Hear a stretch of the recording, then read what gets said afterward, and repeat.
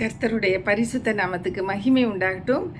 இன்றைய வேத வசனம் மத்தேயு 21:42. இயேசு அவர்களை நோக்கி, வீடு கட்டுகிறவர்கள் ஆகாதென்று தள்ளின கல்லே மூளைக்கு தலைக்கல் ஆயிற்று, அது கர்த்தராலே ஆயிற்று. அது நம்முடைய கண்களுக்கு ஆச்சரியமாக இருக்கிறது. ஹல்லேலூயா.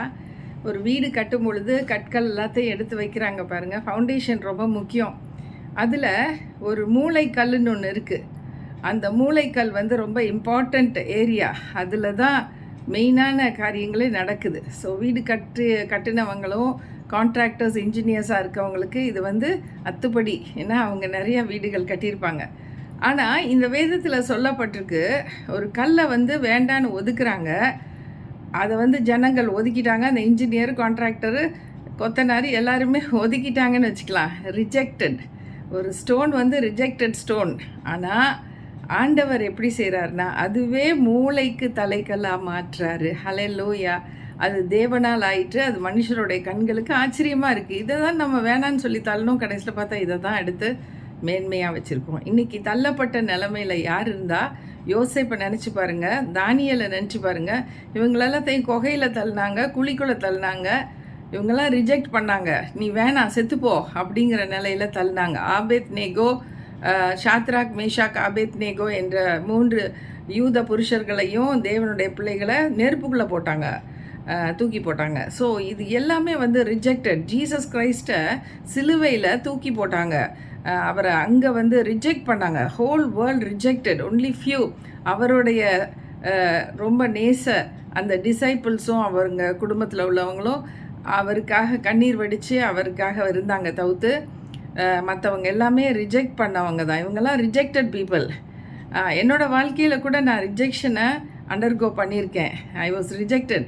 ஆனால் ஆண்டவர் என்னை இன்றைக்கி ரொம்ப மகிமையாய் இந்த ஊழியங்களை கரங்களில் கொடுத்து அபிஷேகம் பண்ணி அநேகருக்கு ஆசீர்வாதமாக வைத்திருக்கிறார். தள்ளப்பட்ட கல் மூளைக்கு தலைக்காயில் ஆயிற்று. அது மிகுந்த ஆச்சரியமாக இருக்கிறது. இன்னும் இருந்துகிட்டே தான் இருக்குது. ரொம்ப ஆச்சரியமாக இருக்குது. ஹல்லேலூயா. அது ஆண்டவராலே ஆனது. இயேசு கிறிஸ்து இப்படி ரிஜெக்டட் பீப்புளை ரொம்ப நேசிக்கிறார். இன்றைக்கி நீங்கள் ரிஜெக்டடா? இன்றைக்கி உங்களை தள்ளி வச்சுட்டாங்களா? குடும்பத்துக்கு நீ வேணான்னு சொல்லிட்டாங்களா? சாது சுந்தர் சிங் பாருங்கள், பெரிய பணக்காரர், அவரையும் ஒதுக்கிட்டாங்க. ஏன்? இயேசு கிறிஸ்துவ சொந்த ரட்சகராக ஏற்றுக்கொண்ட ஒரே காரணத்துக்காக. உனக்கு சொத்தும் கிடையாது, சுகமும் கிடையாது, நீ வெளியில் போடான்னு விரட்டினாங்க.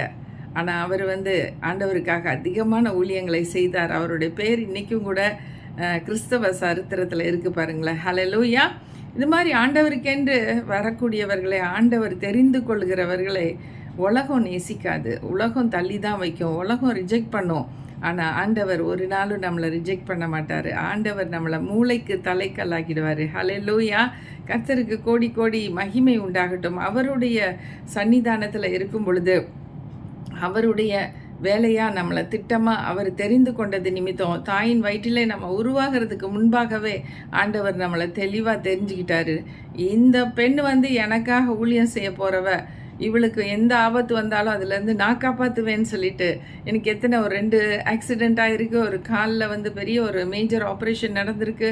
லெஃப்ட் சைடில் வேறு ஹார்ட் லெஃப்ட் சைடில் இருக்குது. என்ன வேணாலும் நடக்கலாம் ஆப்ரேஷன். அப்போ யாருக்கு வேணாலும் என்ன வேணாலும் நடக்கலாம். இந்த மாதிரி உள்ள பயங்கரமான சூழ்நிலைகள் வந்தாலும் ஆண்டவர் நியமித்தது, நம்மளை குறித்து வைத்திருக்கிற அந்த அழைப்பு, அது வீணாக போகாது. அது அவர் சாகவே விட மாட்டார். என்னோட வயசு வரைக்கும் நான் தாயின் வயிற்றிலேயே நான் மரித்து போக வேண்டியவ. ஆனால் ஆண்டவர் என்னை காப்பாற்றி இவ்வளோ வருஷங்கள் என்னை வாழ வச்சுருக்காருன்னா, அந்த ரிஜெக்ட் பண்ணுற ஒவ்வொருத்தரையும் ஆண்டவர் மேன்மைப்படுத்திகிட்டே தான் இருப்பார். ஆண்டவர் விட்டு விடவே மாட்டார். இன்றைக்கி நீங்கள் ரிஜெக்ஷனில் இருக்கிறீங்கன்னா நிச்சயமாக உங்களுக்கு ஒரு மேன்மை இருக்குது, உங்களுக்கு ஒரு உயர்வு இருக்குது. நிச்சயமாக நீங்கள் அப்படியே தாழ்ந்தே போயிட்டே இருக்க மாட்டீங்க. ஆண்டவருடைய கரம் அப்படியே உங்களை தூக்கி எடுக்கும் பாருங்கள். கர்த்தர் நல்லவர், அவர் கிருபை என்றும் உள்ளது. ஹல்லேலூயா. என்னோட கதையெல்லாம் கேட்டால் நீங்கள் நிச்சயமாக அழுதுருவீங்க. ஏன்னா அந்த மாதிரி பாடுகள் மத்தியில் நம்ம கடந்து வந்திருக்கோம். நம்ம பாஸ்ட்டை நினச்சி பார்க்கும்போது ரொம்ப பயங்கரமான சூழ்நிலைகளில் எப்படி தான் தாங்கிக்கிட்டோன்னே தெரியலன்னு சொல்லியிருப்போம். ஆனால் ஆண்டவர் நம்மோடு இருந்திருக்காரு பாருங்கள். அந்த சூழ்நிலையில் அவர் தான் நம்மளை கரம் பிடித்து நடத்தியிருக்கிறாரு. நம்மளுடைய வேதனைகளை தாங்கியிருக்கிறாரு, சுமந்திருக்கிறாரு. நம்மளை பிரச்சனையிலேருந்து வெளியில் கொண்டு வந்திருக்கிறாரு. நம்மளுடைய இருதயத்துக்கு அவர் ஒரு பாம் ஆஃப் கிலியடுன்னு சொல்லுவாங்க.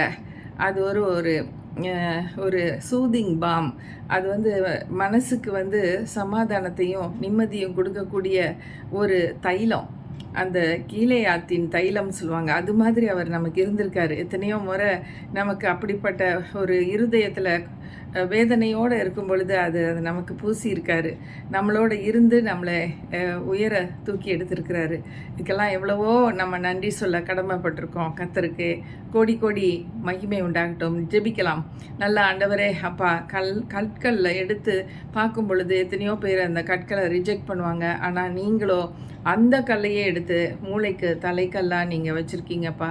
இன்றைக்கி உங்களை ஆண்டவரே தள்ளுனாங்க ராஜா, பிலிப்பியர் 2ஆம் அதிகாரம் 10ஆம் வசனத்தில்.